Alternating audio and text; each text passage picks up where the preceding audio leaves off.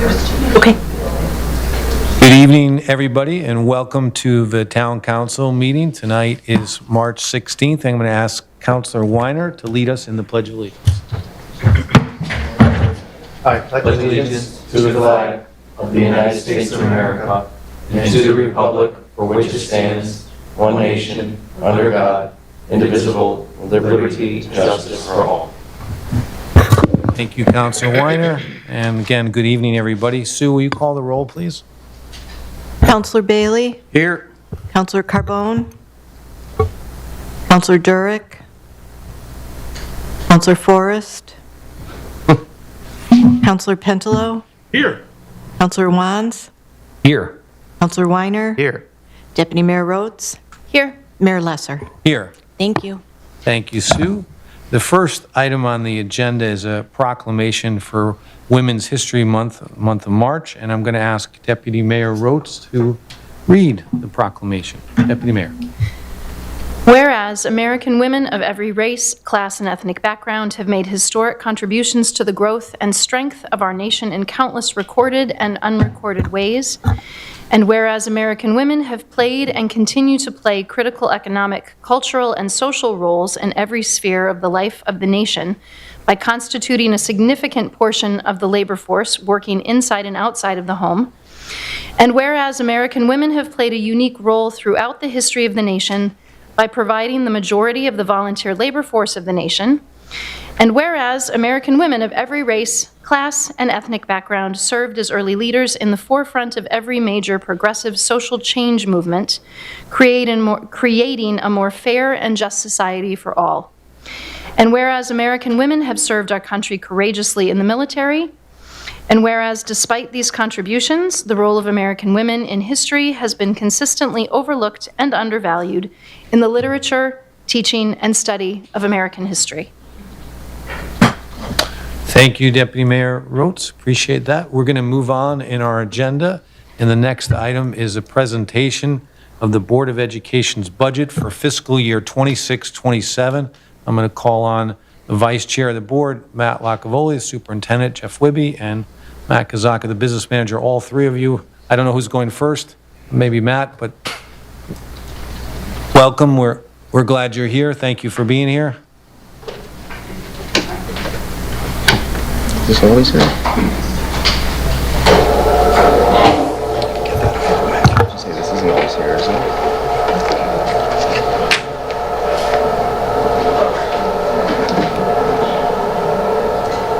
This is not a public hearing, folks, as they're getting ready. This is, they will go through their budget. Councilors can then ask any questions they want. We will have a public hearing at a later date where you can ask questions. Obviously, you can make comments during public comment, but for tonight, it's their presentation, and after councilors, you'll have the opportunity to ask questions. Matt, when you're ready. Thank you, Mayor Lesser, Deputy Mayor Rhodes, and councilors. So this is our first go-round with this budget cycle with our new superintendent. So I'm here tonight with Jeff and our business manager, Matt Kazaka. I'll just provide a very brief little bit of context on this budget coming from a board member. I'm the chair of the Finance Committee. I've been so for 3 years. I've been on the board for 5 years, so I've been around a couple of these budgets now. Where are we at in terms of what we spend on education in Wethersfield, right? That matters. Currently, we spend less than the state average, and we spend less than the district reference group average. Say that 5 times quick.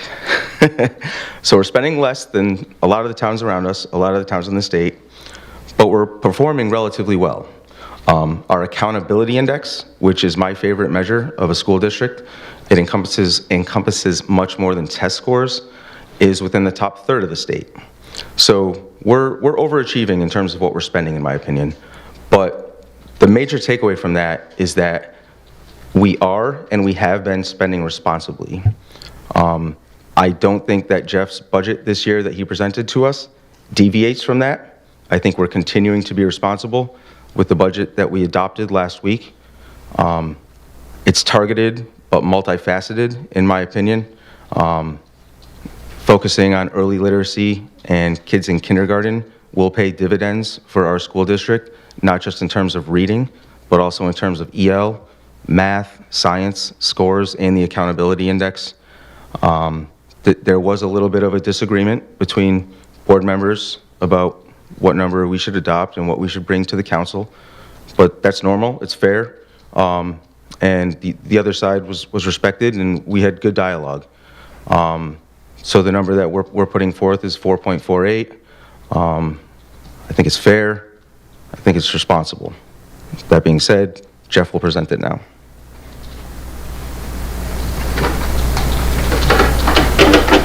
Thank you, Matt.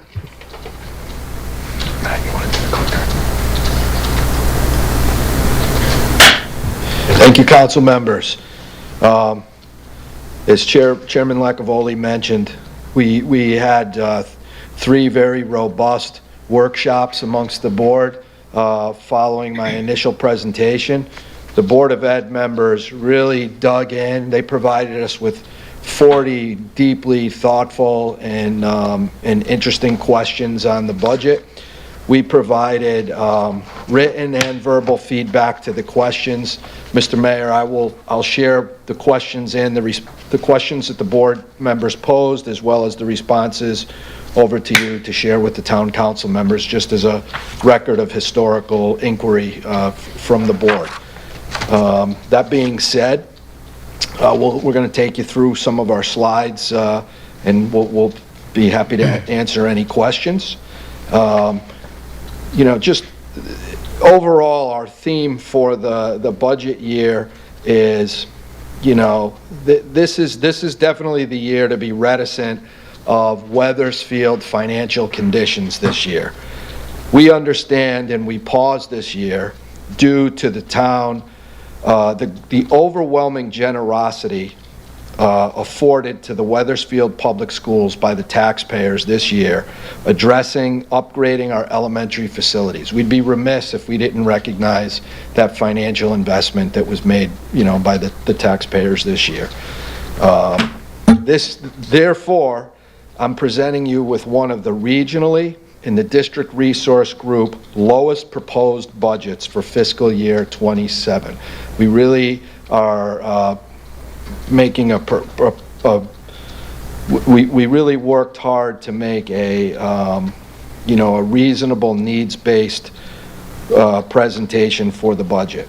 We're sticking to priorities and paramount needs, and this is the lowest budget the Board of Ed has proposed in several years.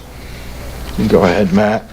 The budget summary, it's a $70,490,000 budget. This is a year-over-year increase of 4.48, or $3,021,000. It's important for the town council to understand that salaries and benefits make up 82.2%, or $57.9 million of the total proposed budget. Salaries and benefits account for 92.5% of the total budget increase. So the amount going from 0 to 448, 92% of that is just in the increase of those. I want you to be aware that this budget that the board approved last week would include not only no layoffs, but it would also allow us to not have to do temporary reduction in force notices to our staff members. You always have to make a safe play and have to give RIF notices to employees just in case until you have a firm budget in hand. But the 448 would allow us to go through that. I just want to give you some comps. DIRG-D is our district reference group. The DIRG are towns that are very similar to us in ethnic makeup, economic makeup, size, town demographic composition. So DIRG-D, now these numbers were reported to CASBO, which is the Connecticut Association of School Business Officers. Matt Kazaka is a member of CASBO. All the finance directors across the state put their numbers into a spreadsheet. So these are the numbers as of February 14th when we made this presentation to the board. If you take a look at some of the towns that are near us and in DIRG-D, Cromwell's proposed budget was for a 6.61. Newington was a 9.0. 8.80. Rocky Hill was an 8.90. I never say we want to compare ourselves to Glastonbury, but they're our neighbors, so you always peek over the river, what they're doing there. They were at a 5.84. South Windsor was a 7.91. Again, our board-approved budget was a 448. Taking a look at the drivers again, this is a little bit redundant, from what I mentioned in the earlier slide. Salaries, 71%, benefits, 21% of that increase, taking us to that 92%. Before I tell you what I'm going to ask for, I'm going to tell you what I'm not going to ask for. We want to put our money where our mouth is. I'm up here telling you, we're going to try to take it easy on the taxpayers. Well, I want to show you, I'm a new first-year superintendent here in Wethersfield, and I want to do a million things to, address what the school's needs are and things that I saw in my entry plan that I want to address. But we don't want to do them all in 1 year. We want to defer things over 5 years. So these are things that we would like to work towards, but not this year. This isn't the year to ask for more reading tutors, more math tutors, EL tutors. I heard over and over again from families at Silas Deane Middle School that they wanted more connectivity between the kids and the middle school. I'm not going to ask for sports this year at the middle school, but it's something we should keep our eye on. I need another SPED teacher, K6. We talked about BGPO is building and grounds patrol officers. Sometimes people call them security guards. I'd like to have one or some of those in the elementary schools. I think that there's a need for that. This is maybe not the year to ask for that before we're addressing some of our academic needs.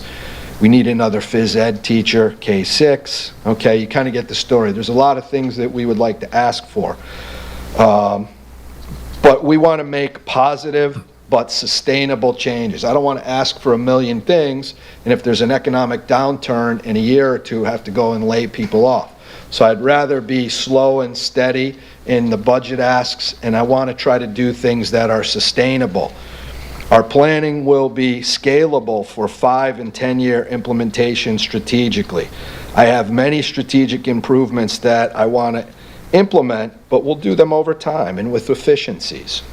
We won't constantly push for more, but we'll constantly push for better incrementally. When I look to add 3 or 4 positions, I'm going to look to reduce 3 or 4 positions somewhere else that don't strategically make sense with the Board of Education strategic operating plan. We always use our strategic plan as our guidepost, and most of the time through efficiencies and staffing, we'll look to replace one thing for another when possible. And I'll show you some examples of that tonight. My big 3 asks are focused on early literacy. K4 literacy, I always say this is the rock that we build our school district on, early literacy, and there's a lot of reasons and rationale behind that. We're looking to have 5 additional reading intervention teachers.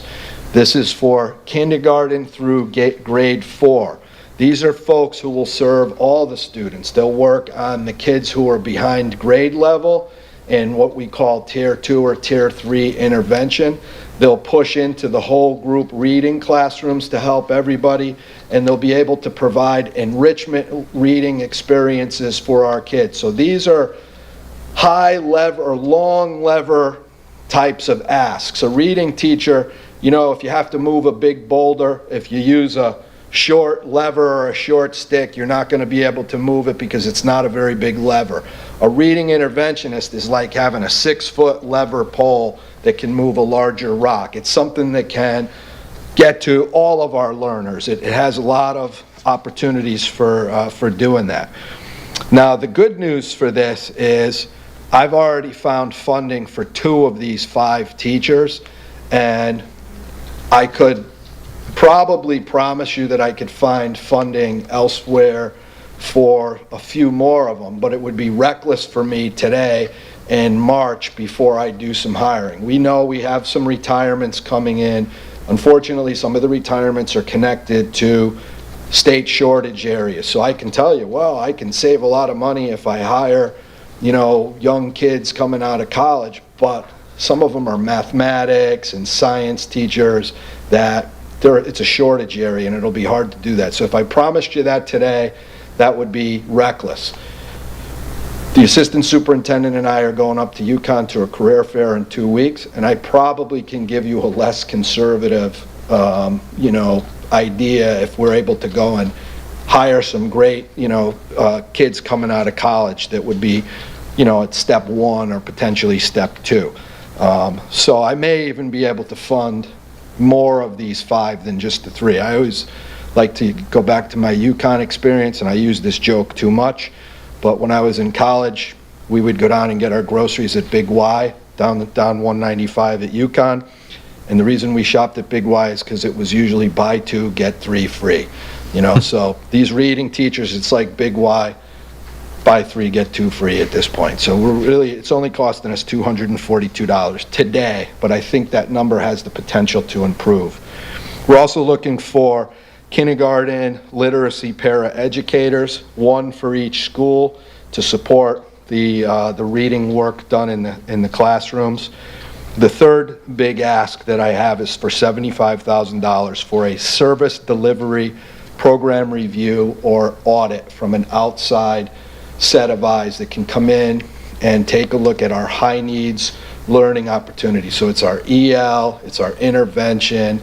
High needs learners are defined as kids who are free and reduced lunch, EL learners, or any student that has an IEP assigned to them.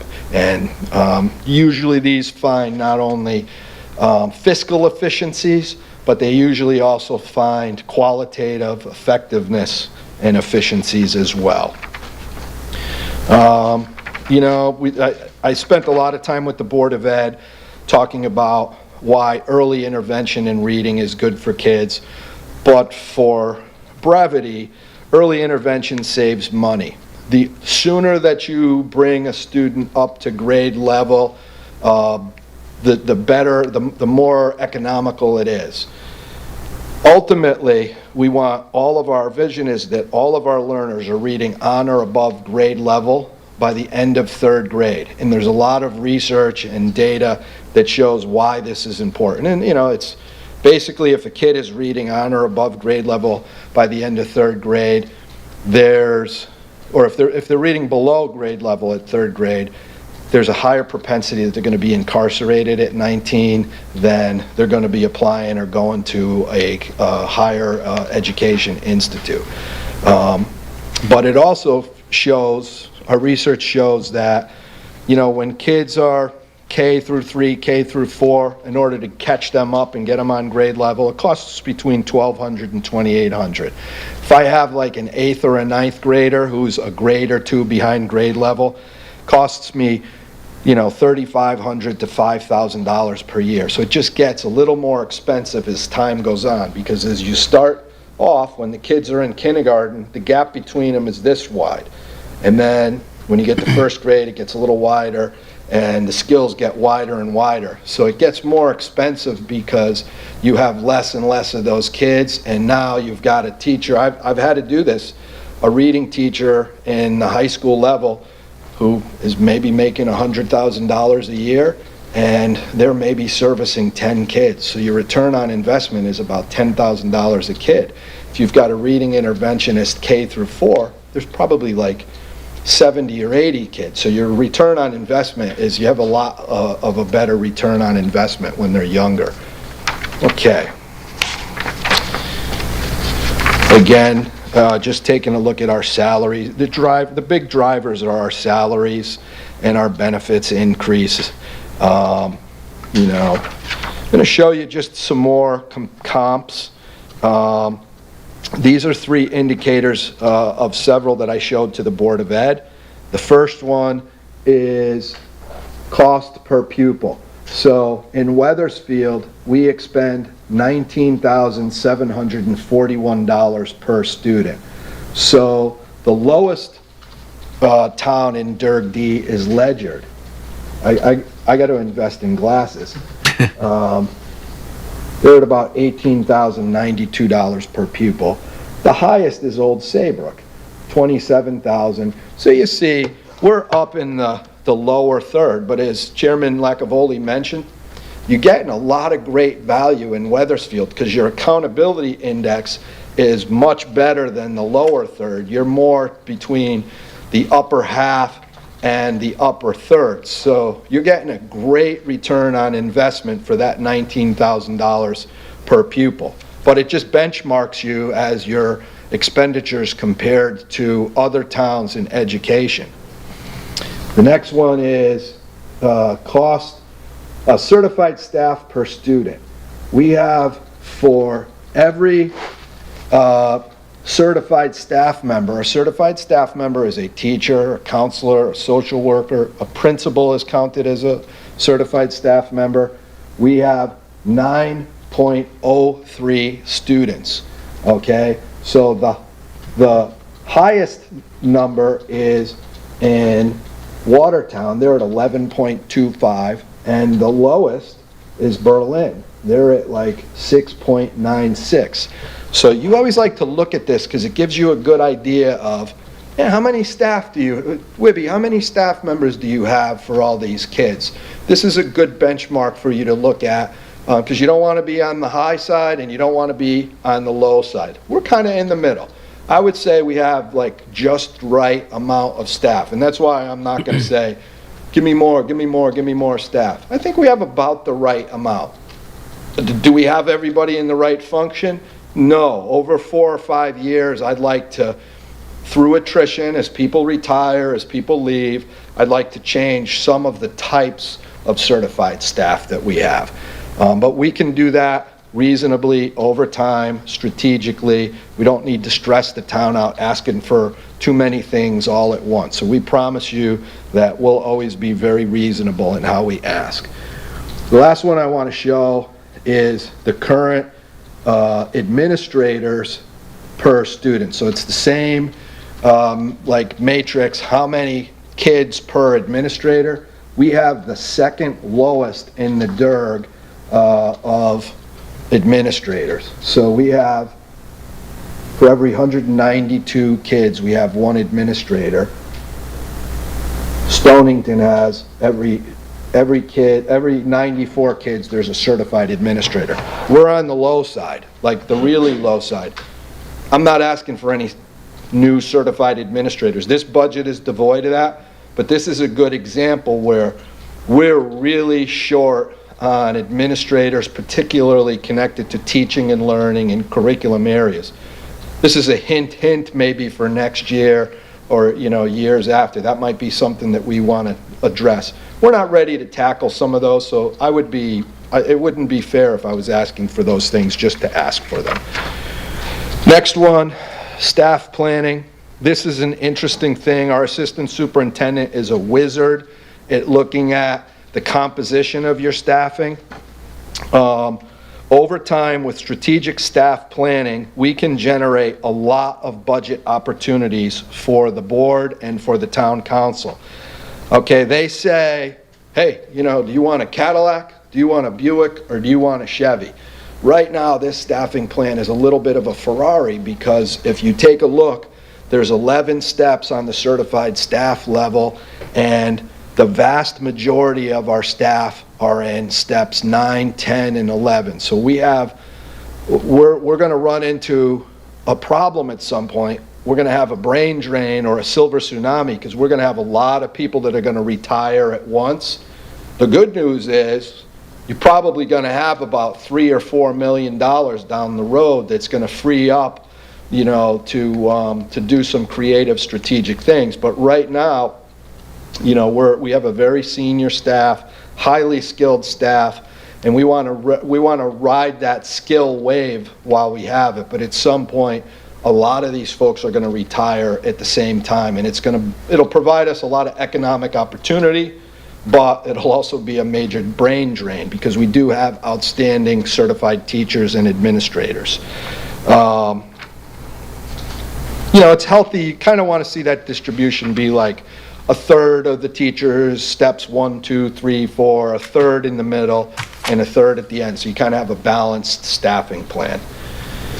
I just want to go to budget driver with benefits. I had a great phone call from a gentleman who was a concerned citizen, like even before I presented my budget. He said, Superintendent Wibby, I just want to let you know, I've been living here in town for 53 years. And he said, I need you to take it easy on us this year with the school budget. He said, my groceries are through the roof, my insurance is way up. And I said, yeah, I know. I said, guess who else has to pay a lot more for groceries and insurance? I said, me. I got 3,600 kids that we got to feed and buy groceries for breakfast and lunch. And I said, don't even get me started on what's going on in our insurance. This is our insurance matrix over the last 7 or 8 years. We have seen, as has the town, as has the citizens, generationally high inflationary pressures, especially on insurance over the last 7 years. This has significantly reduced the Board of Ed's buying power and the town's buying power of other vital needs. Like for us, it's professional development and staffing. For the town side, it's capital projects and things. We get so much less for a dollar than we did 10 years ago.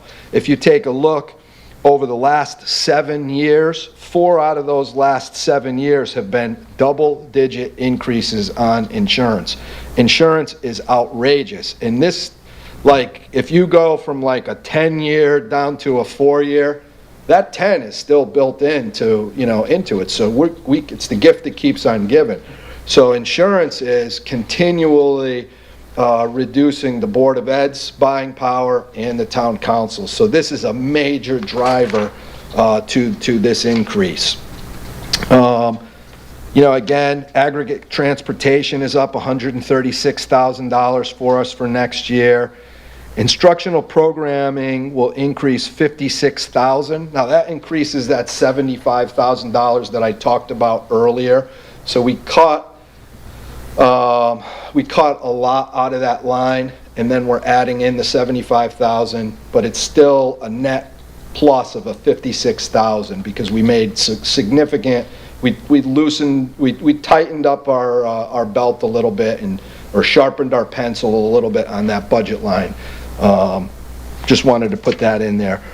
Pupil services sees a $60,000 increase in student consultations and evaluations, and technology equipment is decreasing by $105,000. So that's just another area where we're having a rescission. We just like to report, the board had, transparently, the board had 3 open to the public budget workshops on the February 14th, on a Saturday morning, February 17th, and March 4th. And I proposed my budget to the board on the 24th, and the board took action at the regularly scheduled meeting Tuesday, March 10th, to approve the 4.48. And we're excited to be coming back on April 20th, but I heard that there might be another opportunity to chat with folks. So, Mr. Mayor, that concludes our presentation, and Matt and I are happy to answer any questions that folks would have. And again, Mr. Mayor, I will electronically share this over to you to share with the full board, the Board of Ed questions. Thank you, Mr. Superintendent. I appreciate your presentation, and I will now open it up for council questions or comments. Any councilor wish to ask a question or make a comment this evening? Anybody? Councilor Pentelo, I saw your hand first. Thank you for the presentation. I appreciate it. I do have some questions. When you talk about the DERS, where do we fall on the DERS with our performances, math, reading? When you show, when you talk about the DERS, we're comparing, but they don't have new schools. We just spent a ton of money on new schools, so comparing them doesn't really, a couple numbers to me didn't really, when we're spending that kind of money. Where do we fall on the DERS for our performance? We're number 8 out of 24 in what's called the accountability index that Chairman Lacavoli referenced earlier. The accountability index I also love, because it's 15 different indicators that include high-stakes tests. It's got SATs. It's got what's called the SBAC, which is the tests in math and reading that the kids take grades 3 through 8. It also has what's called the NGSS, which is the Next Generation Science Assessment, where the kids take it in 5, 8, and 11th grade. But the good thing about the accountability index is it's phys ed. So it's kids' health, how they're doing on their phys ed testing that starts in grade 3 all the way up through 10. So making sure that the kids are working on physical fitness. It's got art access. It's got graduation rates, which is a major indicator of district health. It's also got, I'm going to forget some of the 15, but it also has what's called on-par graduation. So in 9th grade, the percentage of the kids that are passing their 5 or 6 credits so that they're on par, because you see a lot of kids that get into a lot of hot water in 9th grade, so it counts that. It counts the 6th grade graduation, the 6-year graduation rate, not just the 4-year, because you know we're responsible for educating kids up to the age of 22 if they have IEPs. I said a lot of them, and I guarantee that I forgot 1 or 2 of the 15, but we're in DIRG D number 8 out of 24. So we're at the top of the top third. I sure would like to get to the top quarter and the top quintile at some point, because Wethersfield is a blue chip community, and we want to be achieving in, like, I mean, I want to be number 1 in the DIRG, but we're number 8 right now. Is that included students' performance? That's student performance. One other question, the security, you were talking about elementary school. I'm a big believer of, we have a lot at the middle school, and we have 1 or 2 at the high school, correct? I think the elementary schools need more security compared to the high school, because we're there at the high school. We're not doing any kind of security for these high school kids other than controlling what they do. Mm-hmm. Our babies need security way more than middle school. I'll see middle school, but the high school. I'm not trying to take away from the high school, but I'm trying to say, if you're going to put, I would see that better money spent for our elementary kids, because people that are going to go do something out of school are cowards, and they go for the young kids more than anything. So that's just my piece. I appreciate it. Thank you. Thank you, Councilor Pentel. Councilor Bailey? Covered both of them. Covered it? Okay. Further, Councilor Wands. Thank you, Superintendent Matt. I appreciate the starting point that you've given us for the budget, that you are the lowest in DIRG D, that you're the lowest for neighboring towns. I know that it's been a tough year for the town, as you mentioned, not only for approving the new schools, but with the revaluation for our taxes. So it is a tough year for all of us, and I appreciate that you're starting off at a reasonable rate and you're asking us for the needs for the district. I do hope that some of the costs that you have in here and you've built up, like you said, being able to hire some lower salaries, having healthcare costs come in a little bit lower will help bring this number down as we get to some more actuals before we have to pass the budget. But I also appreciate that you're looking to invest in early literacy.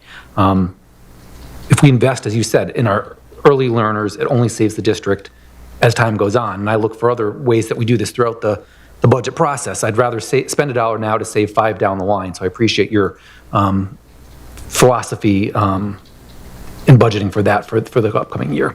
So thank you. Thank you, Councilor Wands. Further, Councilor Weiner? Good evening, gentlemen. Thanks for the presentation. I have a question. I picked up on something that you were talking about, which was the retirees. How do we, or I guess it's a 2-part question. First question is, do you trend out what we think over the next X amount of years we'll get in retirees? And then looking at that graph, you said most of them are on the highest step. How do we remedy this knowledge transfer issue or tenure issue with some of the younger teachers and being able to map out, because all that eventually, right, knowledge transfer can cost money in the long run because you don't have the staff that are adequately trained in what the others have been doing. So. Sure, we have to work hard in with lots of acronyms in education. Our PDEC committee, it's our Professional Development and Evaluation Committee, and it's a committee that's composed of our teachers, our principals, administrators, paraprofessionals. We're mandated by the state to have a union representative be part of that team, and they work on developing a professional development calendar for the year. The calendar has to be responsive to the efficacy of the staff's needs, and the staff has some say in that. We really want to triangulate how we develop that. You triangulate it by the tip of the pyramid. You survey the staff on their efficacy of what they need. So younger teachers may have different needs as more veteran teachers.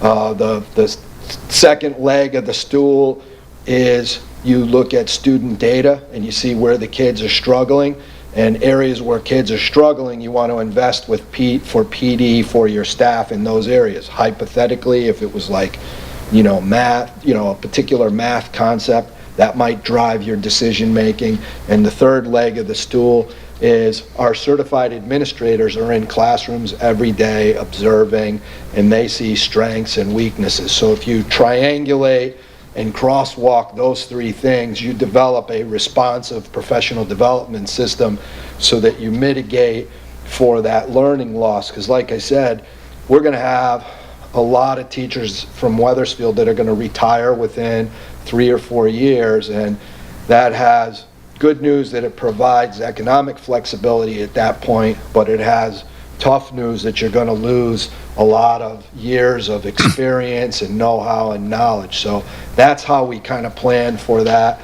And we've repurposed our assistant superintendent to not just be involved with teaching and learning, but also to be involved in strategic staff planning, so that we'll be able to kind of sketch out 3 and 5 year staff. We'll be able to provide the Board of Education in the future with probably more robust conceptual models for what that staffing is going to look like. Great detailed answer. Thank you, Jeff. Thank you, Councilor Weiner. Further council comments or questions? Deputy Mayor Rhodes. Superintendent Wibby, thank you for the presentation. I appreciate having the 5-year vision, having a sense of the direction that you're going, and appreciate that you're being really thoughtful about starting with those youngest learners. And hearing your explanation for that was really seeing those numbers from that tiny investment up front, right? To get those little ones reading, how much that reduces those later costs, and that holds true for so many things for kids. So no questions. I appreciate it, and I also appreciate hearing the different ways that you're looking already at bringing that number down as we go forward and trying to figure out how we do this budget this year. Thank you. Yeah, thank you. And we say the kids learn to read kindergarten through 3rd grade, but they need to read to learn, because they're getting involved in more robust, rigorous concepts as they go 5 through 8. They're starting to learn about complex problem solving, and if they're struggling with coding in 4th, 5th, 6th, 7th, and 8th grade, they're going to really struggle with those rigorous, deep concepts, including in mathematics, because a lot of math problems are word problems as they get older. So thank you. Thank you, Deputy Mayor Rhodes. I have a couple, but does anybody else have anything else? Just to reiterate some of the council comments, I appreciate the presentation. I appreciate the efforts in terms of what you're investing in. And I think investment in education is an important investment to make. Appreciate that we are the lowest in the DIRG. So all the work that you and the team did, I thank you for. 3 areas, and you can be brief or you can get back to me on them, that I want to explore a little bit. Insurance, state aid, and out-of-district cost. So first for insurance, the 13.5. I know that is a number that can fluctuate wildly during the process of the budget. And I don't know, the question is, when may we expect an update, a more definitive number? Matt, maybe that's you. So I'll give you a quick background. I've seen it go from like 13 all the way down to 8 over the course of several months. I'm not promising that that's going to happen this year. Usually April is like go time, but Matt will give us a more precise answer. Insurance committee is coming up this Thursday. I think we'll have a better understanding of renewal process and what that number may be. Potential to drop a point, but to be determined. Haven't heard much. No. Thank you. The second one is in terms of state aid. I know that there's been a lot of lobbying of the Capitol. I've been one of them, lobbying the governor's people that we need more money for education. Have you heard anything? Do you anticipate getting some information before? I know it's always tricky, the end of the session. I think the date is May 6th, but it's early May. There's a short session. Have you or other superintendents potentially have heard kind of, I know education, they say is a priority up there this session, so. I can tell you every year, CABE, the Connecticut Association of Boards of Education, that our board is a member of, and CAPS, which is the Connecticut Association of Public School Superintendents, we lobby hard to increase what's called ECS funds, which is Educational Cost Sharing Funds. Whatever happens in Hartford now in this session will not impact this current fiscal year for us, but every year we're always asking for the legislature and the governor to look at educational cost sharing funds and excess cost funds, which the legislature has woefully in the past underfunded, and that's to pick up the tab on unexpected special education funds. And up until last year, the legislature did not do a great job. And if you remember, there was a big hubbub last year between the governor and the legislature, and the legislature went over Governor Lamont's head, and they proposed full funding. So we did end up for that, but we're hearing that they want to do that, but until I see that bill approved for the future, we don't know for sure. But I can tell you there's a lot of lobbying going on for full funding of That's great. ECS funds.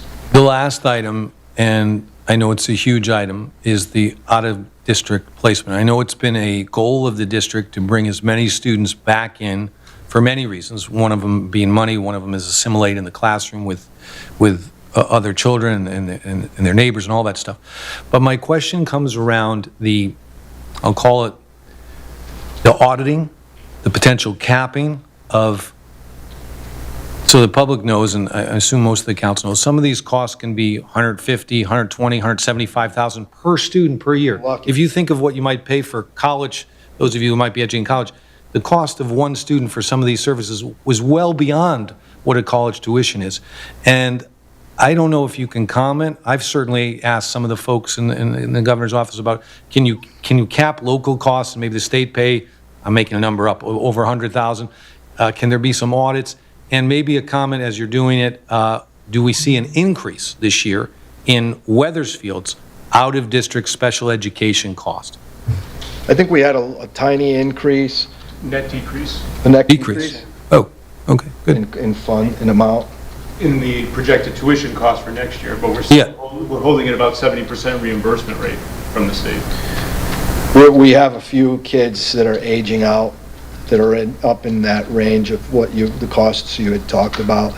And that state aid that we always look for help on is what's called the excess cost share quotient from the state. And we all advocate that the state needs to pick up a bigger tab, because the state imposes lots of rules on the local municipalities and the boards of ed, but then they don't pay their fair share, and they foist a lot of that onto the local municipalities when they don't fully fund that. So that's what we always expect them to fully fund, that state excess cost sharing formula. Thank you. I'm going to close this in a second, but I'm going to just go around. Does any council have another question or comment before we wrap up? No. Superintendent, Chairman Locavoli, Business Manager Matt Kazakis, thank you very much. I know you'll be back April 20th, which will be a public hearing for the public, and I think you're back another time as well in a workshop setting. So we'll see you a couple more times. We appreciate you being here. Thank you for your presentation. For having us. We are going to move on, folks, and the next item on the agenda, there's no hearings, is public comment. I'm going to read, before I call you up here, what I read every council meeting. During the public comment period, members of the public will have 5 minutes to speak. We have a lighted timer at the podium to help each speaker be aware of the time remaining. When you step on the podium, please say your name and address. At this time, the green light will come on, showing your 5 minutes have begun. The yellow light will come on when you have 1 minute left. We ask you to begin to wrap up your comments. The red light will come on when the 5 minute limit is up. We ask that you always remain respectful. Don't address a council member directly. Again, refrain from any derogatory comments or personal attacks. Always remain respectful. This section is for public comment. The council will generally not engage in dialogue during this part of the agenda. If any follow-up is needed, please leave your name and contact information with the town clerk, and the town manager will follow up with you.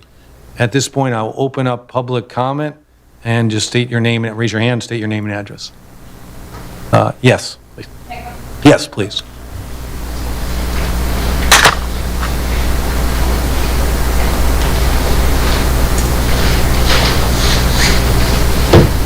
Hi, Jamie Lang, Bay Rock Road, here in town. I have lived in Weathersfield for the past 12 years, but I've been a public school educator for the past 15. Thank you for letting me share. I was very happy to see the superintendent's budget presentation, and there's just two things I want to point out that I think are really positive about it for all of us to consider. The first is the graph of the years of experience of staff that he compared to a Ferrari. It's really a wonderful opportunity for those people to mentor new teachers, which is great. And then I also think it shows that this is a really great place to work. So it speaks, I think, to the past work the town has done in making that happen.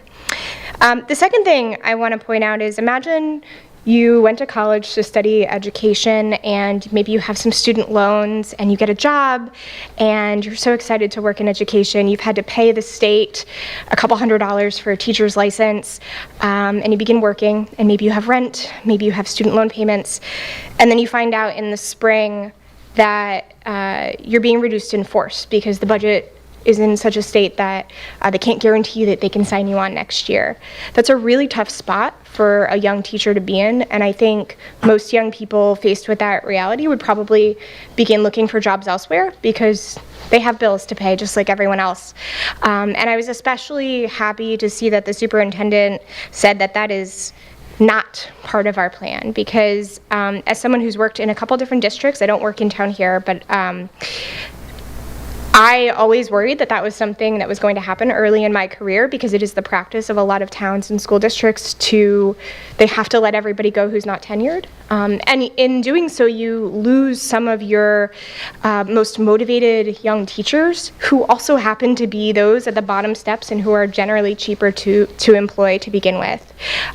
So I just wanted to point that out. I think that was a great thing to hear from the superintendent. Thank you. Thank you, Jamie. Further public comment this evening? Anyone? Mr. Young.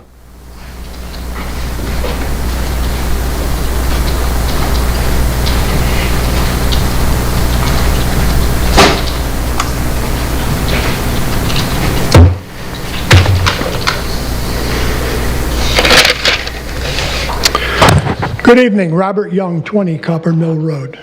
4.8% increase. Federal Reserve says that we live well when inflation is 2%. And we're never going to get to the comfortable level that the Federal Reserve says we need to meet in order to live comfortably. 4.48% is huge. It's more than double. I don't understand. The towns, the state, are all drivers that affect us regular citizens. You affect us by increasing your budgets 4%, 3.6%. You hurt all of us, and you don't care. You don't care. You do your contracts for labor behind closed doors that are, who knows how that's developed, but it's ridiculous what you come out with.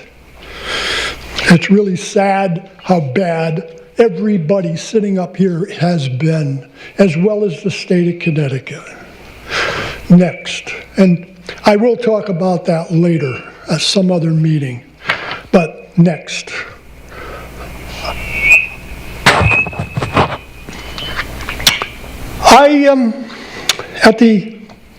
At the 2 councils ago, at the last couple moments of the meeting, maybe 3 minutes, 4 minutes before the end of the meeting, Ms. Carbone came up and asked about my ability to go and look at numbers or information at the advisory committee, and things went off a little bit, and the town manager had made a comment. He says, all that information was presented as leading up to this.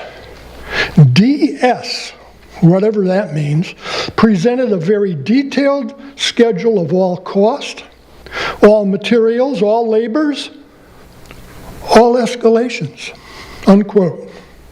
Mr. Weiner, former WASBC chair and approver and supporter of the $239 million expenditure, said, quote, "Yes, Fred, we have all the itemized information out there." I asked for itemized information. I've asked for certain information, and I got zip. Absolutely zip. So, what I've done was I've made some contacts and come to realize that maybe I missed one thing, and that is using the town of Wethersfield system for freedom of information. I get no response from my requests. I have requests that are sitting there for several months, longer. No response. So, what I've decided to do was, in the case of the two statements that were made, I'm going to do a freedom of information request right from here. And I'm going to be asking that the town provide, town of Wethersfield provide the advisory school building committee proposed itemized financials by cost elements, and separately for each of the 3 proposed schools to be built as new and or renovated by year proposed in the September 16th, 2025 special school referendum.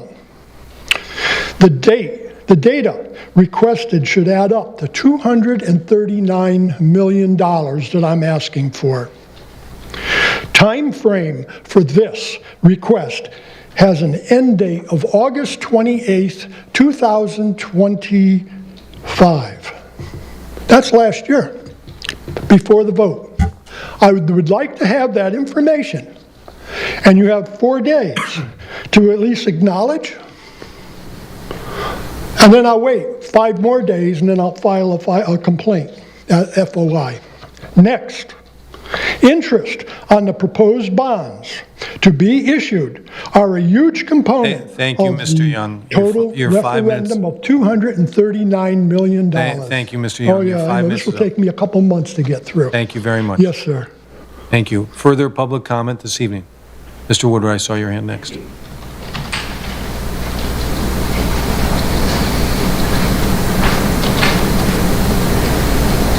Will you be going to the games in the stores? No, No. I don't go out to campus for a couple of reasons. But you'll be cheering loudly. I will be cheering loudly to the radio, yes. Bob and Debbie do a good job with that, Yes. with their broadcast. Go ahead, Bob. Bob Woodward, 456 Middletown Avenue, Wethersfield, Connecticut. I'm the one who called the superintendent's office. Never called the superintendent's office before. We have no children. We put no burden on this school system. Gotten no benefit from it either. But I decided it was time to say something. And I said, can you at worst keep the budget where it is? And he said no, and he said it would be the lowest increase in the area, and maybe it is, and maybe it isn't.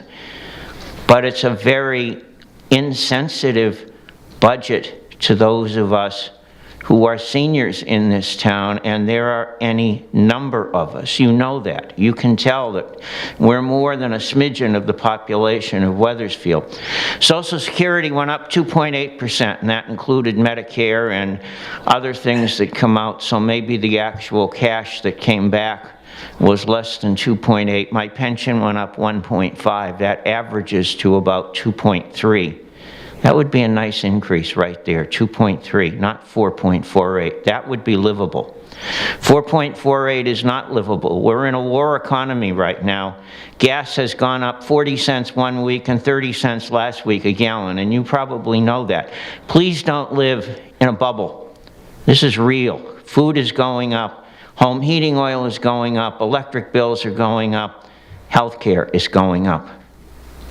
It gets hard to afford 4.48, no matter how well the Board of Ed thinks they've done. And I really, really need you to take this seriously, not just for me, but for other seniors in town. We're limited by our income. And in the case of Sue and I, we've never put a burden on the school system, but neither have we ever gotten a benefit. And one question I have is, when do we start getting something from the school system? When do we get 22 years of credit, maybe? And I could suggest other things. I'm going to shift gears to the Hartford Courant.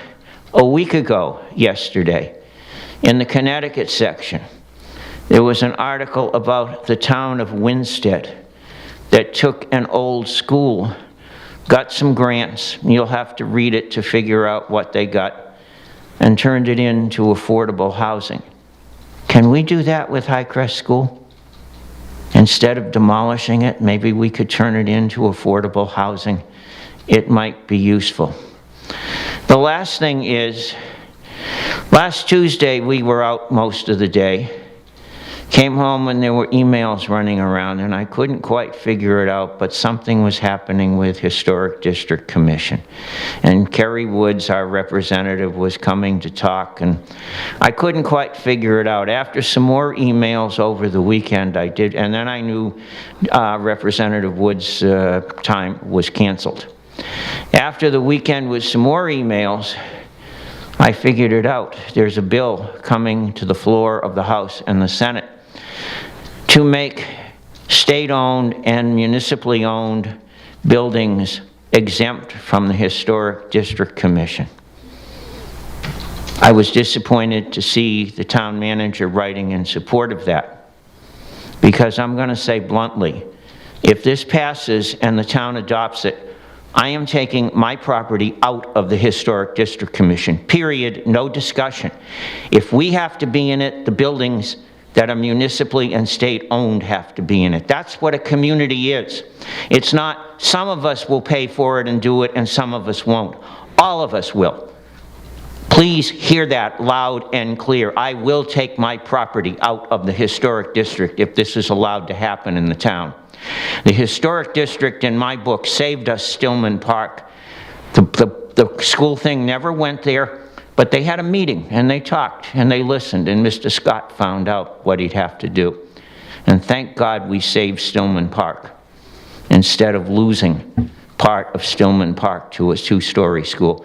Please do not adopt this in the town of Wethersfield. Thank you. Thank you, Mr. Woodward. Any further, further public comment? Tom, I saw your hand, and the gentleman right next to Tom after is on deck.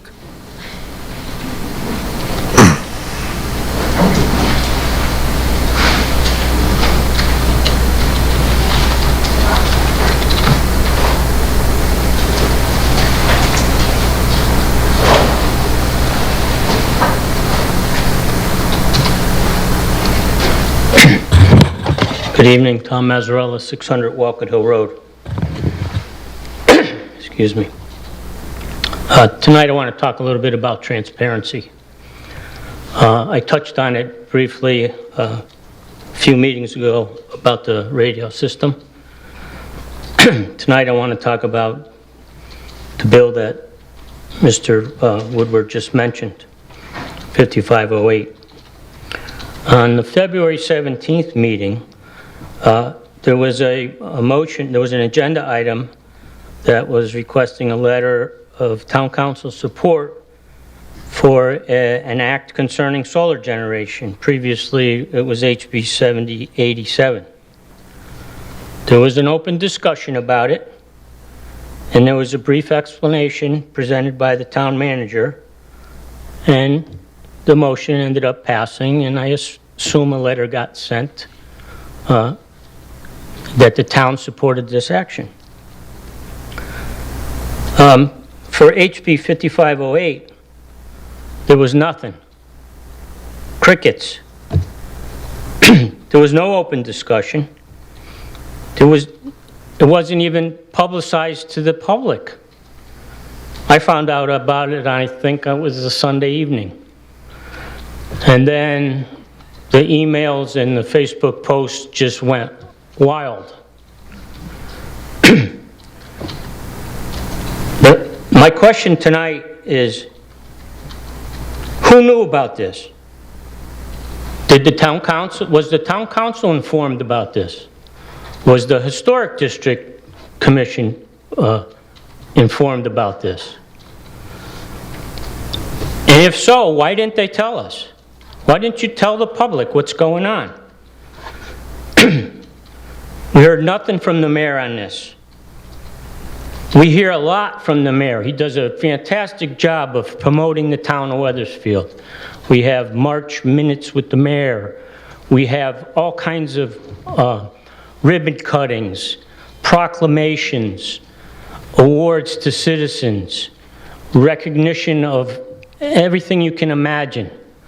How about some information about a very important topic that affects a large portion of our town, the historic district of our town? Now, I went back and looked at our strategic plan that was implemented in '23. And I recall there was a survey of residents and stakeholders and anybody that wanted to take the survey, and they wanted to know what was important in Wethersfield. And the number one issue was preserving our history, and that's the historic district. So how did we get here? And then the letter that the town manager provided in support of this, was that Mr. Presley's personal support, or was it the town of Wethersfield's support? Because his title reads Town Manager of Wethersfield. Now, I know he has, First Amendment rights to say whatever he wants, but that appears to be, as he's one of the leaders of our town, saying, this is what Wethersfield wants. And I don't think that's what Wethersfield wants. So, I have a lot of notes here, and I'm not going to get through them in another minute.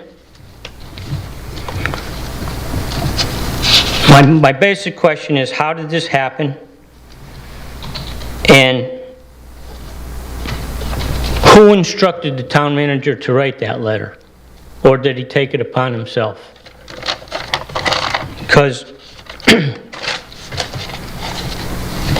I hoped, last I looked at it, the town manager reported to the council. So I hope this body can explain to the public during this meeting tonight how this town government position transpired. Thank you. Thank you, Tom. Further public comment. Sir, did you have your hand up? Yep. I did, and I do.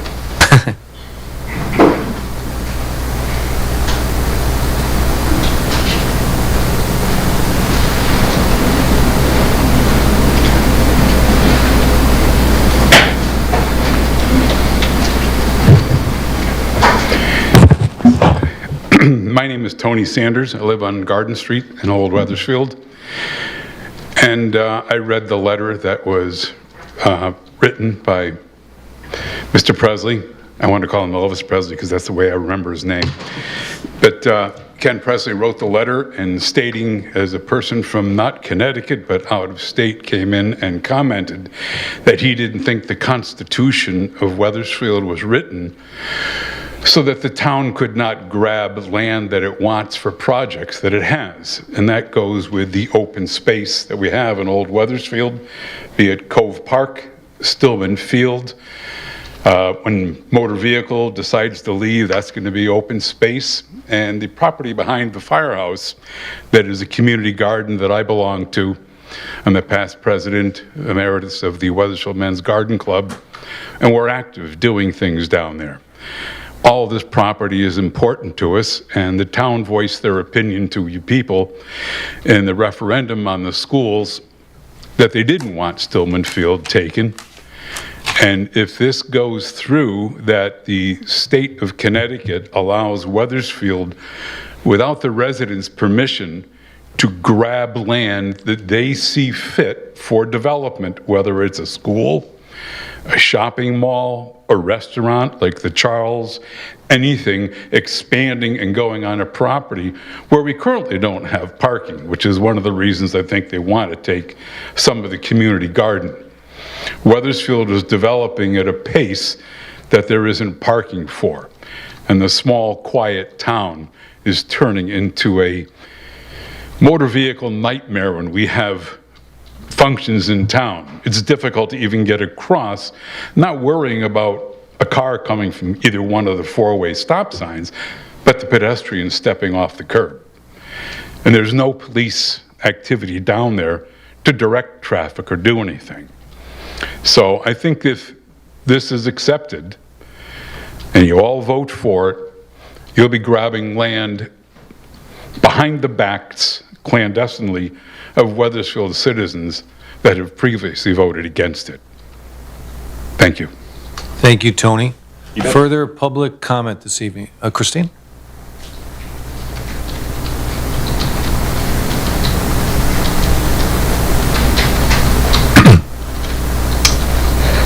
Hi, Christine Lasella, 37 Belmont Street. So I live at 37 Belmont Street. I've lived in the historic district, I don't know, 1990-ish. I was given the opportunity to purchase a home in 1999 that my Grammy raised her family in with my grandfather, my great-grandmother, and my great-aunt, my aunt, my uncle, and my father. So since 1999, I've lived on Belmont Street in the historic district. I did an addition on my house. I did improvements. I've done a couple other projects in Old Weathersfield that I've dealt with the HDC. So I think this bill 5508 taking local control away and giving it to the town for town-owned property is unfair, and it's wrong. And I'm going to read, a lot of people don't know what House Bill 5508 is. I assume most of you up here know this. I am disappointed that nobody on the council shared this information when they got it. We have a liaison to the HDC, Councilor Wands, and he shares lots of stuff. And I have been asked by a number of people, was it told to the council members not to discuss this or not to post it? Because when it came out, and I honestly heard about it from somebody in Hartford, not here.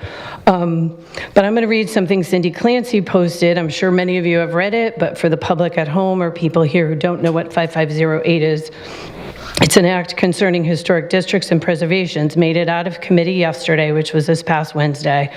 It will now go to the House and Senate in Hartford for a vote. There was very little notice that the bill was headed to public hearing, and the state historic preservation and environmental protection communities had little time to react. But if you read all the testimony submitted to the committee, the vast majority of it was in opposition to the two most threatening measures in the bill. One calling for exempting the state, municipalities, and nonprofit institutions of higher education from abiding by the rulings of historic district commissions. When they own the property, and the other removing the right to directly appeal to the Superior Court. The third part of that bill was about making sure historic district commission meetings are videotaped, which I understand some historic district commissions are having a problem with that as well. Unfortunately, one of the strongest letters in support of the bill was from our own town manager. How could this be in the largest historic district in the state when so much of our current economic success is based on tourism, for which we can thank the historic district and the cause of preservation? She goes on to talk about her personal time as a town councilor. But exempting towns and the state from the very regulations that private property owners are required to follow is just plain wrong and unfair. Government should be making the effort to lead by example rather than doing less. Taking away due process of citizens is never the way to go, especially when the stated reasons are expediency and emergency. I think I'm repeating myself. She talks about last year with Stillman School and the majority of our district. I know there are people that sit on the council that thought it was a good idea to put a school in Stillman Field. And I think the majority of us in Old Weathersfield, though sometimes we don't like what HDC says and tells us, you know, you can't do this, and this is why. Once it is explained to us and we step out of the box and say, yeah, you know what, this was a good thing. I realize this is not subject to council vote, but because it was, there was public testimony and the question has been asked, the town council implements policy, the town manager or creates policy, the town manager implements it. Is the town council, again, just share information with us and then maybe have conversations with the community, because the less you share, the more it feels like there's something to hide or something is going on in a back room and we're not privy to that. I have my little Bible here, my master plan of Old Weathersfield, Chapter 10, Article 18 with the town code. The intent of this article was to promote the educational, cultural, economic, and general welfare of the town through preservation and protection of buildings, places, and districts of historic interest within the town, to preserve and protect the many architectural phases associated with the community. The article defines the boundaries of the historic district and describes the role of the commission. And there's a lot in here that I have educated myself on.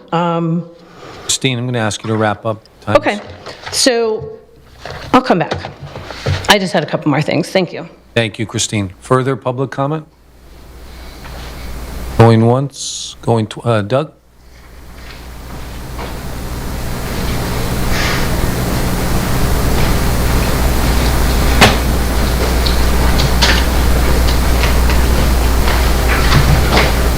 Good evening, folks. Doug Ovian, 56 Broad Street. I think what we have here is a good example of something we went through a year ago with the plan to put the school and the pivot that ended up happening. And I think what tonight we're asking is for our second annual pivot. And I think that is based on the fact that Weathersfield is fortunate to be a place full of neighbors and public servants who are all ultimately good people. What we are asking is that there be immediate reconsideration of any role anyone from town has played or is playing in advancing an attack on what has made Weathersfield and Connecticut the places they are for recent generations and those to come. And here I'm not talking about just our town officials, but us as a public. I think when people from Weathersfield, or when a voice from Weathersfield encouraging this happens, the whole state is affected, and especially since this has taken something that was in town a year ago and brought it to the state level, and now all 169 towns are at risk. So I think we're a small town. We need to stick together and work together. Last year we came up with a plan that ended up being superior to the one that was originally proposed, and we ended up passing a referendum together. I think this year we want to make sure that we don't send the Connecticut legislature in a direction that we would not want to see hurt us as a town or hurt the rest of the state. And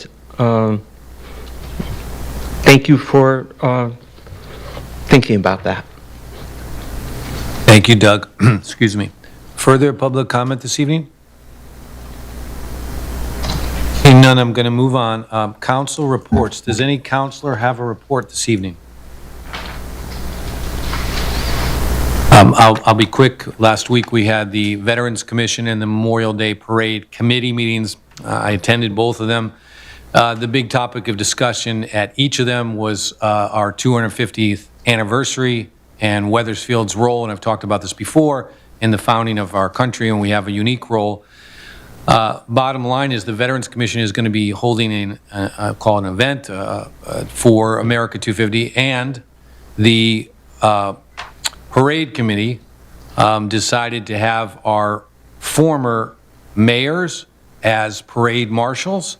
So that is a nice gesture that the Parade Committee did, that they will be communicated that they will be marshals for Memorial Day Parade, which will be May 23rd, and the parade's theme is America 250, and the thought was that we would honor some of our past leaders and talk about the history that the Wethersfield played in the history of the formation of our country. So that's all I have for council reports. Does anybody have anything for councilor comments? General comments about anything?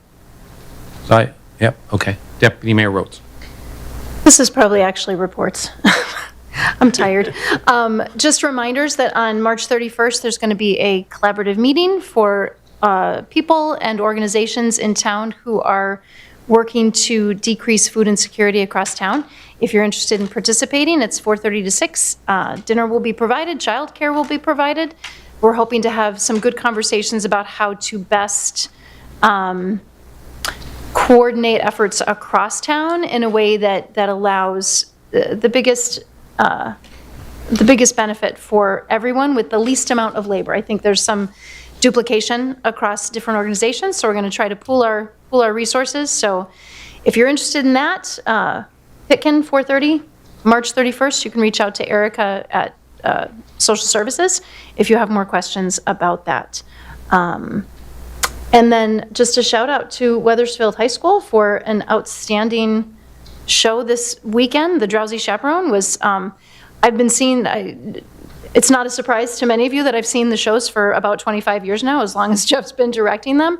And I have never gone to all of the performances of any particular show, and I went to all 3 of them, and it was just a delightful show. The kids did an incredible job, and the staff that participates worked really hard.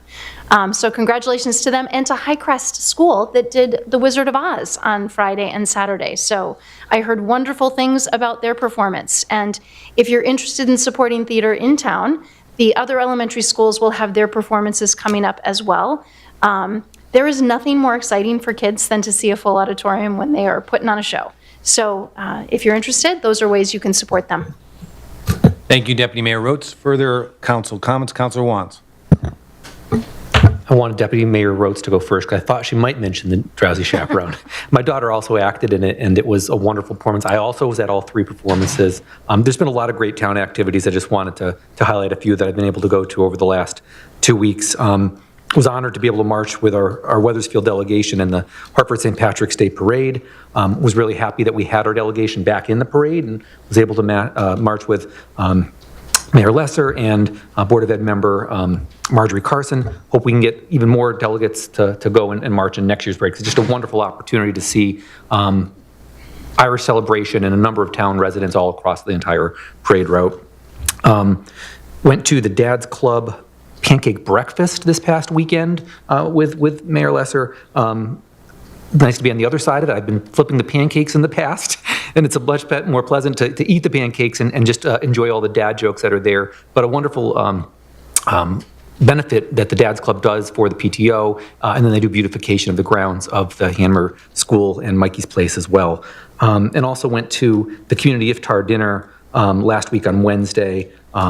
A wonderful opportunity for the community to come together, learn about other cultures and religions, break fast, break bread together, and was honored to be a part of that. And thank, I know he's not here, but Councilor Durich for helping to arrange that.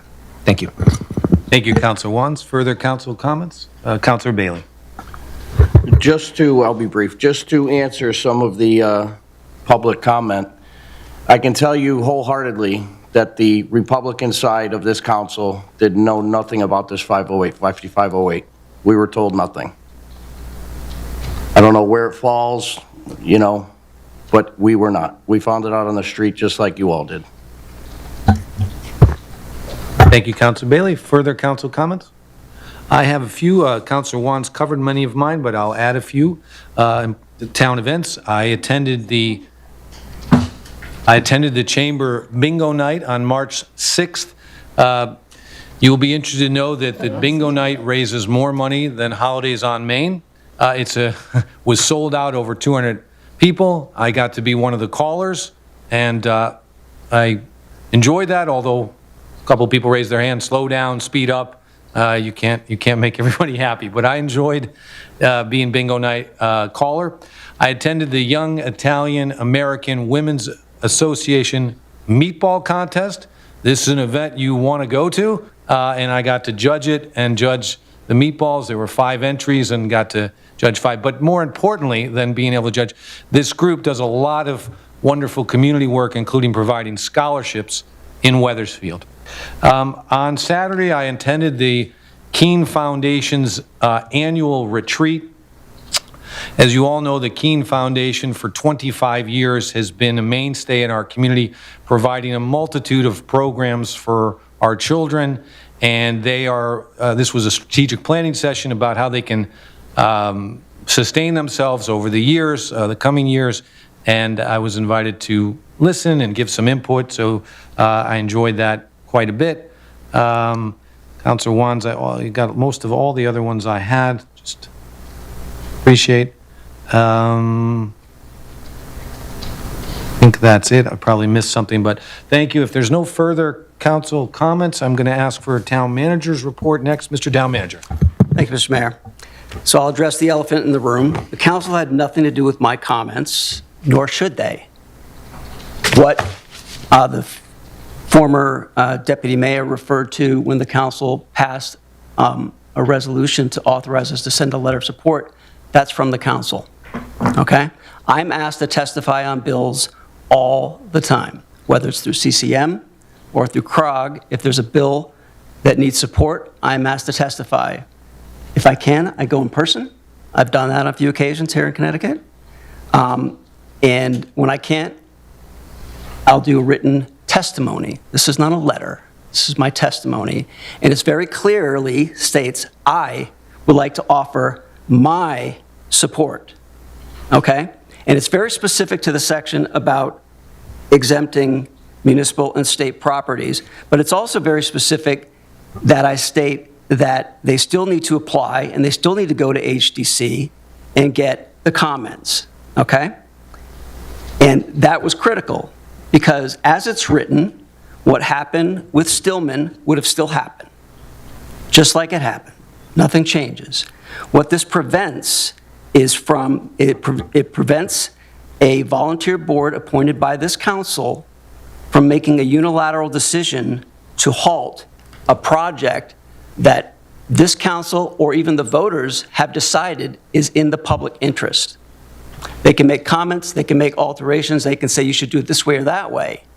But the way the law is currently written, this commission has unilateral power. I've never seen that any other state I've worked in, and I don't think that was the intent of the statute, which is also what I stated very clearly in my comments. I don't believe that was the intent, and that's not how democracy works. The whole town votes for these guys up here, okay? The entire town. The whole town goes out and has the opportunity to vote for referendums. One commission should not be able to thwart what a population of 27,000 people say they want. They should have input, absolutely. And they should have critical input, and I support that. I meet with the HDC chairman on a regular basis. We communicate on all of our projects. But I will tell you from direct experience, this commission has slowed down a number of really important projects we have in Old Wethersfield. The improvements we've made to the Cove. We've had requests from the residents all around there Put gates up at the Cove, because people are going in there after hours and causing all kinds of havoc and causing damage. HDC, after several meetings, going to them saying, oh, make it look like this, make it look like that, denied the gates. Why? Because they didn't know how we were going to manage it. How are you going to open it up for a fisherman? How are you going to do this? Again, it's outside of their purview. Once they've made their comments, we should be able to move forward with a project that's deemed by this council to be in the best interest of the community as a whole. That's what my comments reflect. I am perfectly able to do that. I don't need to tell the council that I'm going to make comments on bills. Again, I've been asked to do this a number of times. I've done this a number of times. No one seemed to have cared about the bills I've testified on before. And I will continue to testify on bills that I feel are important, because I'm being asked, as a town manager with an historic district in its town, what is your opinion on this? They didn't ask the town council for their opinion, because if they had, we would have gone through the same process. So this was not the council. I did not notify the Republicans. I did not notify the Democrats. Because, again, this is something in the normal course of my job. I have responsibility to all the citizens of the town, not just those in Old Weathersfield, to do what I feel as a town manager is in the best interest of this town. Now, if I offended any of you, you disagree with it, I hear that. That's fine. You could have testified too. If you didn't, you should. It's the process, okay? It's a democratic process. I think the way the statute currently reads, it's not how democracy works. One commission should not have unilateral authority if this council says this project is in the public's best interest. That's my opinion. I express my opinion, which I have the right to do.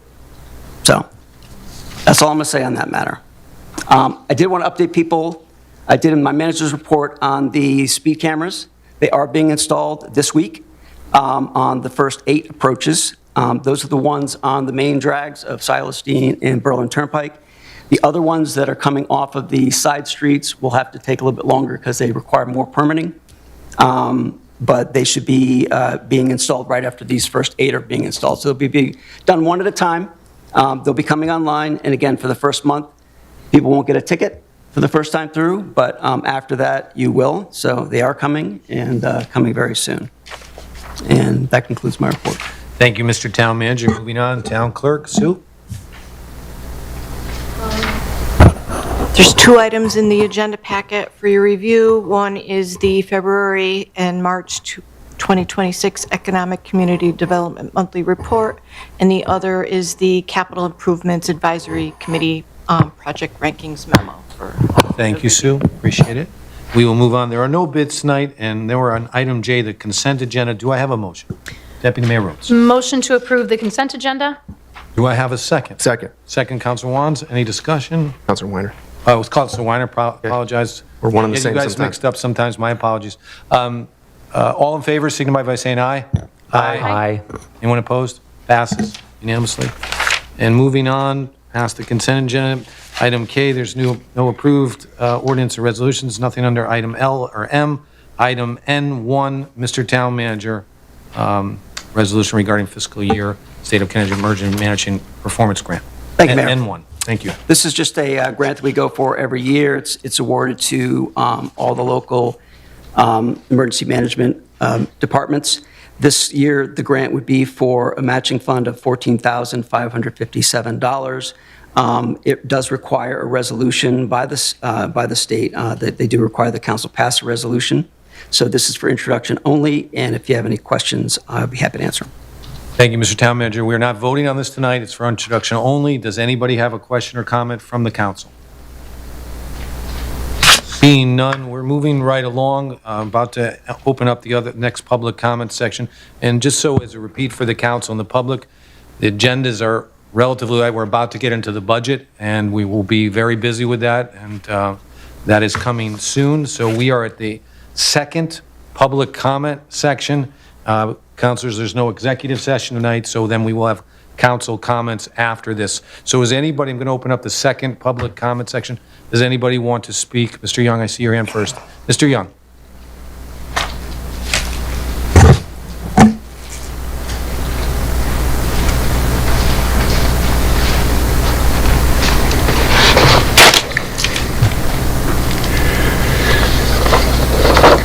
I'd like to continue. Robert Young, 20 Copper Mill Road.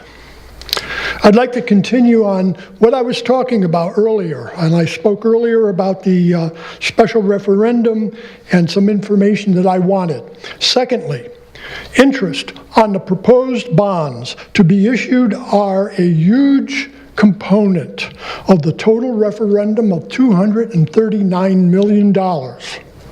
Please provide your analysis in a spreadsheet format, if you could, that supports the total proposed bond amount and by year and the annual payoff amounts of principal and interest over the 20-plus years of the project as it relates to the $239 million.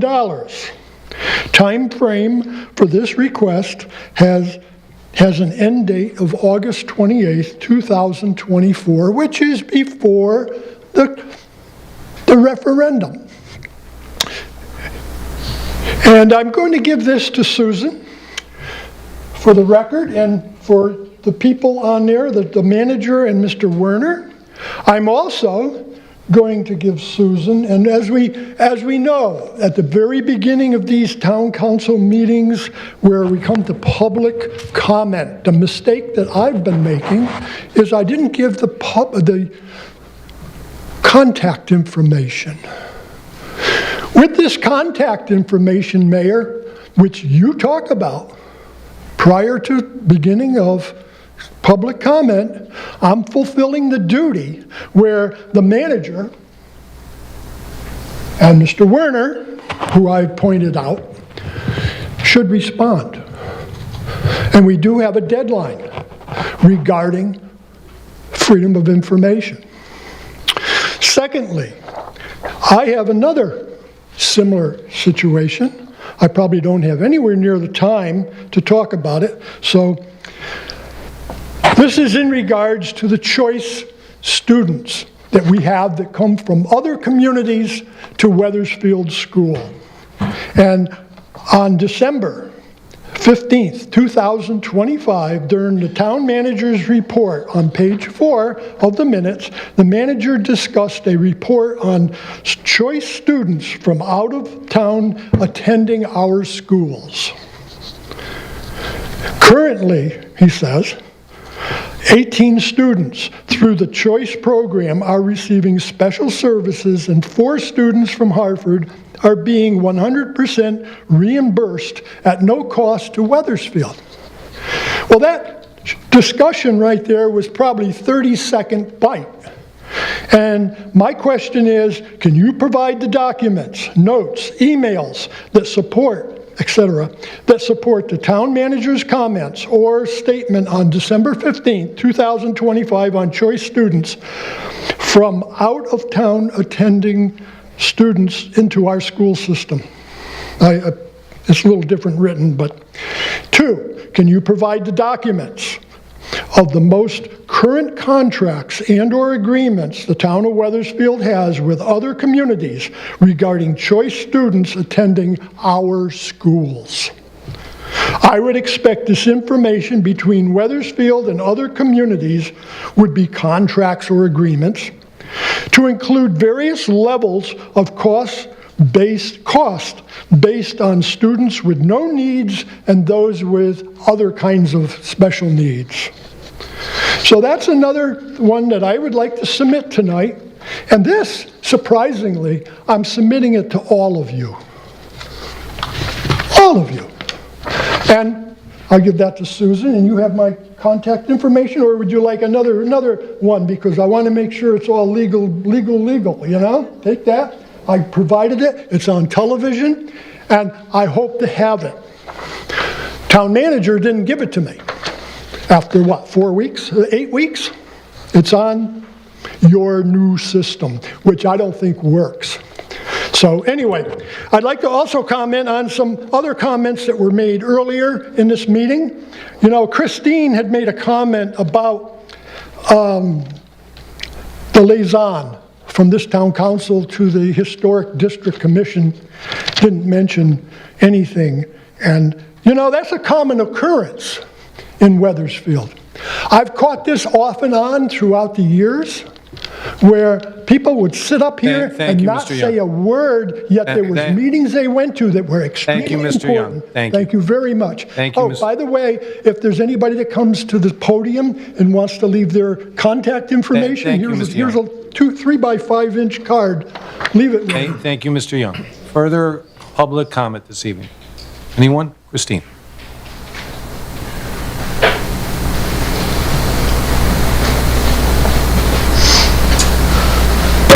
Christine Lasella, still at 37 Belmont, hopefully forever. So a couple things that I was going to say before. So this bill 5508, there was a good number of testimony, but I did find, and this is for the council, I assume you all read it. I know you can't answer, but I have a copy. I made 2 copies. But anyway, there was 30 people that did submit testimony. I did submit testimony that opposed it. There was about 10 people that supported it. Just for informational purposes, in the event that no one's reading the opposition, the commissioner of DAS opposes it, members of SHPO oppose it, a member of Kinetic Preservation, which I have copies of all of those, River COG, the head of that, and Connecticut Department of Economic and Community Development are a handful of the agencies that did oppose it. What I asked earlier, which really didn't get answered, was who knew about this? Councilor Bailey stated that he didn't know, or no Republicans knew.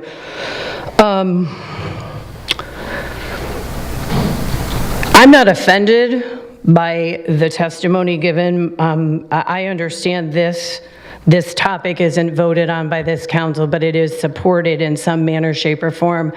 And I would appreciate an answer, who did know about it, and why didn't you inform the public on the town's website? We have a girl or a guy, I don't even know who, that does the social media, and they could have shared it. Our liaison to the HDC.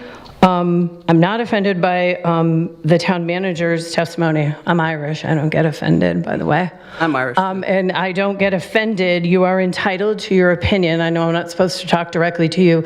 I think anybody is, just as you're entitled to vote how you see fit for presidents or councilors or representatives, but that doesn't usually get shared. So it has led the public to feel a certain way, and that's what I was trying to convey. That testimony, you are well entitled, but maybe, and I guess the other question is, who asked you to testify? Or not testify, submit testimony in favor of it, or against it? Because I'm sure somebody spoke and didn't know how you really felt about it. The problem I have is, yes, the town would still have to go to HTC, but it's for a non-binding opinion. And it's unfortunate, maybe the gate didn't get done at the Cove. There was another project, and I know a lot of people that go to HTC, and my husband goes. So I hear a lot what happens, and I do check the minutes, and sometimes maybe it is going to take some time to go back, because that's what the property owners in Wethersfield do. My husband went back, I don't know, I'm speaking off a record, but probably at least 5 times for a front door on a very historical home, but he did it, and he didn't complain, he didn't kick his feet, he did it, and he accomplished something for the homeowner. And if that's what the town has to do, or, I did hear at one meeting, somebody, and it wasn't you, wasn't prepared and didn't have something that was needed. So if that's how it has to be, and I think this bill is going to get a lot of opposition, then it has to be that way, because I think putting decisions in the hands of town employees who may or may not live in town or don't live in the district, are not educated as the HDC is, and don't even have the enthusiasm maybe for the historic district that these folks do. And these people over the years have made the historic district the success that it is. And I'm not knocking any, but some of you haven't been here that long, and I could go and get Billy Logan out of her chair and bring her up here. She was on HDC, she knows all things Wethersfield, and she has a passion. And there's a reason our district is so successful. Please communicate with people. You know, people are organizing, people are talking. Hopefully this gets shot down at the House of Representative level. We are going to meet with Carrie Wood. I was going to come to that meeting to hear what she had to say. I recognize she's on another bill, 5376, but I think she's interested to hear what people have to say, and I'll invite them all. I'm going to invite them to my house. I don't care, but you know, just share stuff with us. You guys have all this opportunity and you share everything, but somebody didn't share this. So my questions are, why? Who told you not to share it? And who asked the town manager to submit testimony? Thank you, Christine. Thank you. Any further public comment tonight? Doug?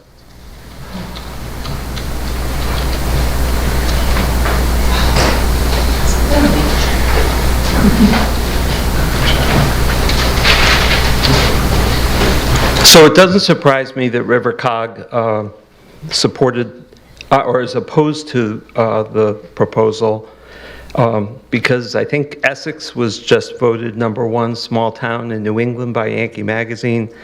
Our places are the way they are because we've had these commissions during the past 60 years, and they're worth the effort.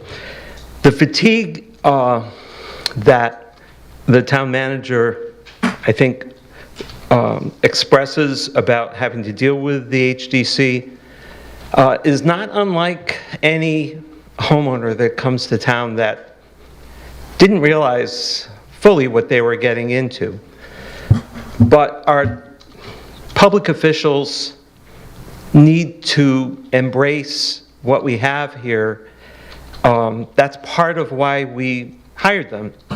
And I think that Fred has done many great things for town, just as all of these counselors have. But even when we're close to a situation, really close to a situation, we can end up feeling like that homeowner who said, oh my gosh, what did I get myself into by buying a house in Old Weathersfield? The fact is that the rest of town officials, town staff, end up seeing what the manager is doing. And so when they come and try to present at the HDC, they may express the same kind of impatience for what they have to go through. And that makes them sometimes less forward-thinking than they would otherwise be to try to embrace what they need to do to make a proposal that will pass. I don't think, in other words, I don't think it's always the HDC that's holding things up. It's sometimes the applicant. But what we're looking for is a happy ending where people come together. And at this point, the problem is the barn door is already open. We are at risk of this bill being passed as part of a state budget in a short session, and unintended consequences could really harm long-term efforts that have been made that really help us arrive at consensus. I think that isolating the HDC and saying that we're in a position, and I'm somebody that has served on it, that we're putting the HDC is in a position to stop something that other town boards and commissions don't have a power to do, I think overstates the HDC's power and isolates us when, in fact, the HDC is like many town boards that folks have to come before that can create a pause. We have seen how harmful it can be to say that emergency or expediency is why we have to do something. Fortunately, for the most part, the life of the town is long. We're talking about a riverfront community that's been in continuous development for 400 years.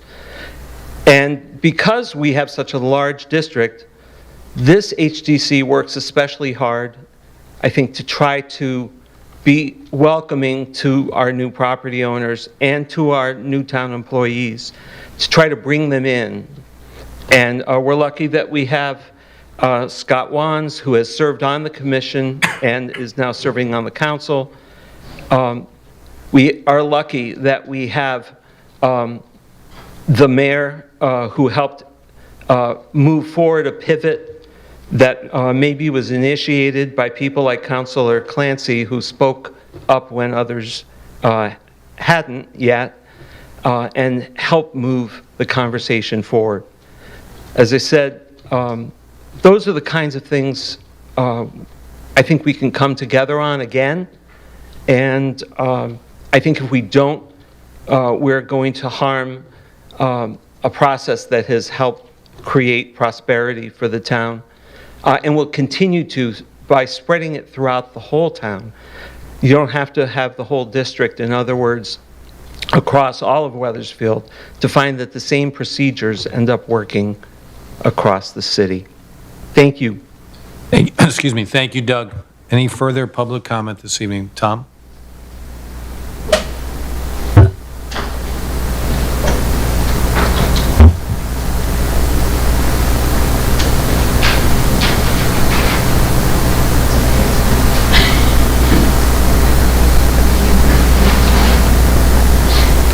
Tom Mazzarella, 600 Walcott Hill Road.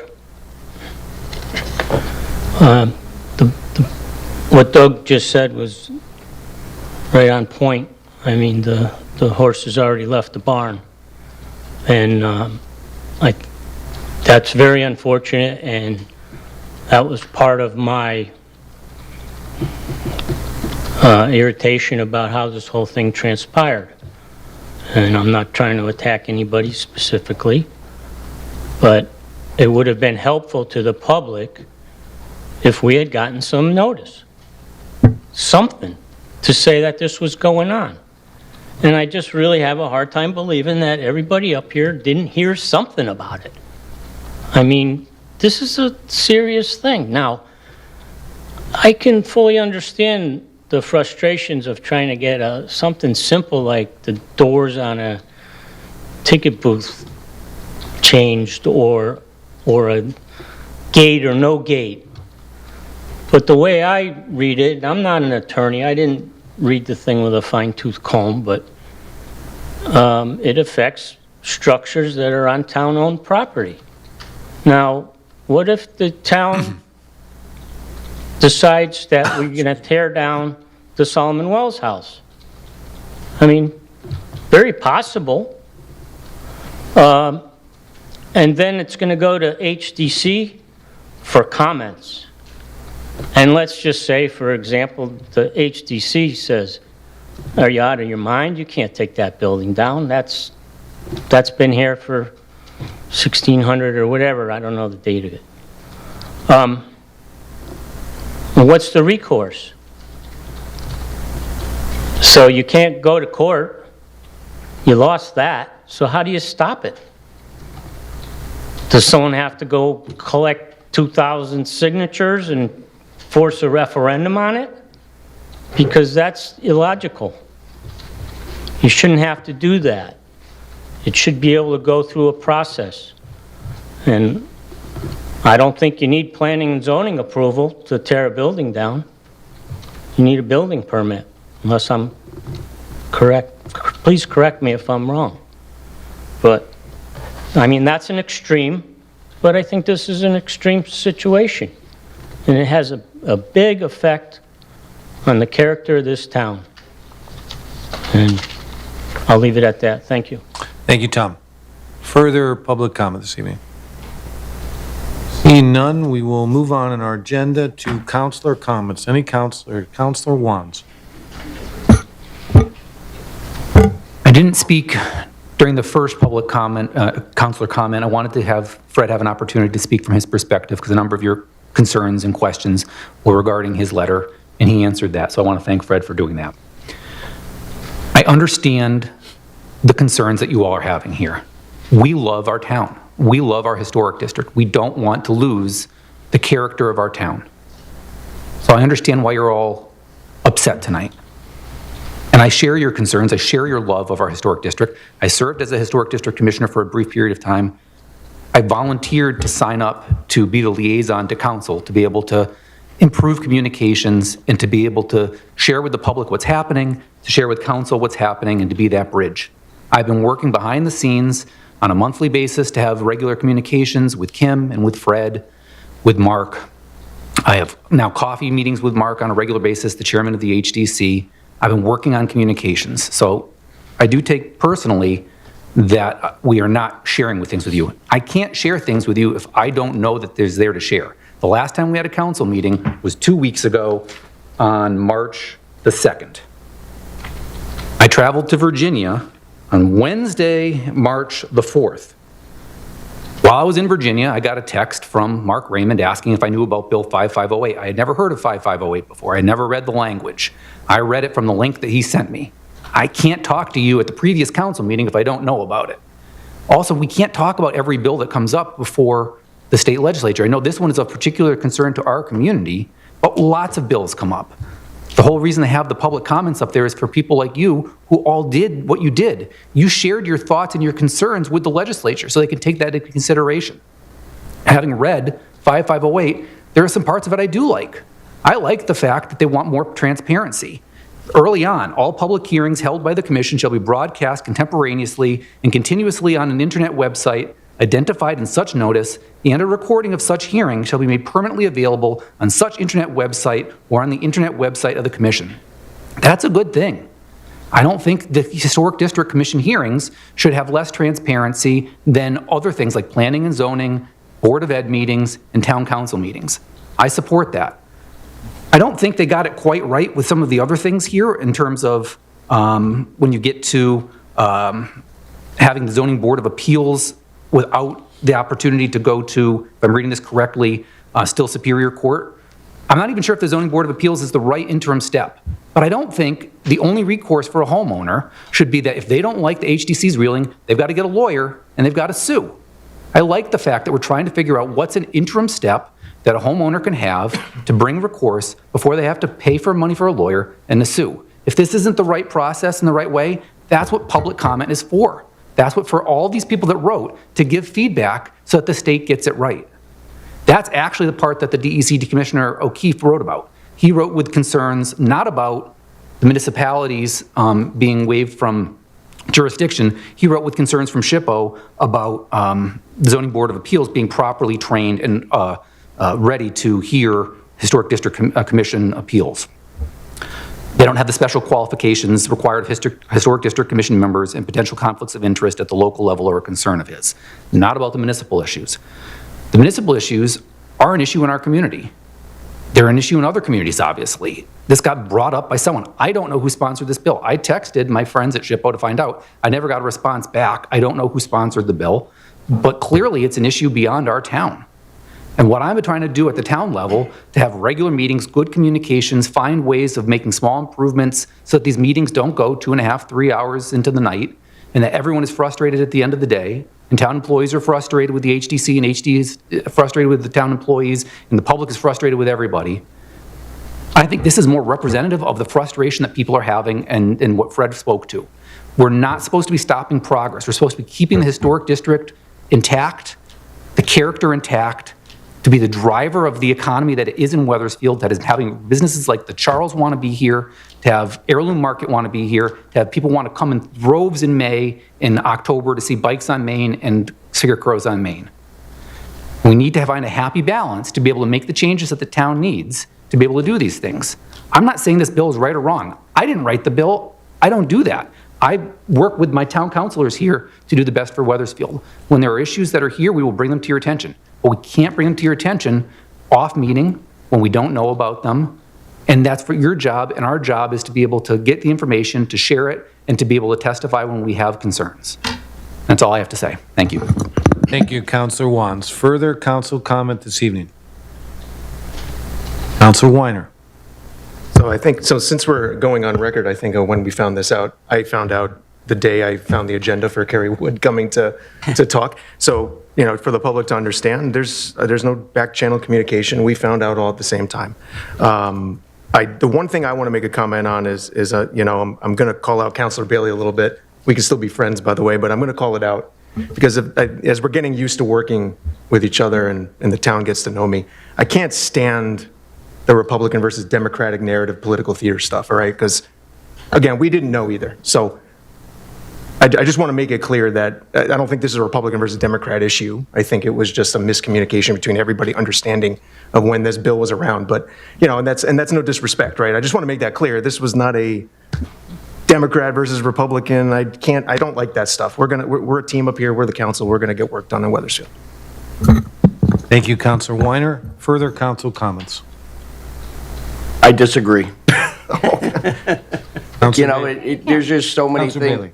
There's just so many things that don't get transferred from side to side, but we don't have to have that in front of everybody. We can talk about it in a private session another day. Deputy Mayor Rhodes. So just a constant reminder that we are volunteers up here. We're doing the best we can. We find out the information when we find it. Same. I found out about this bill on Facebook when the conversations were starting.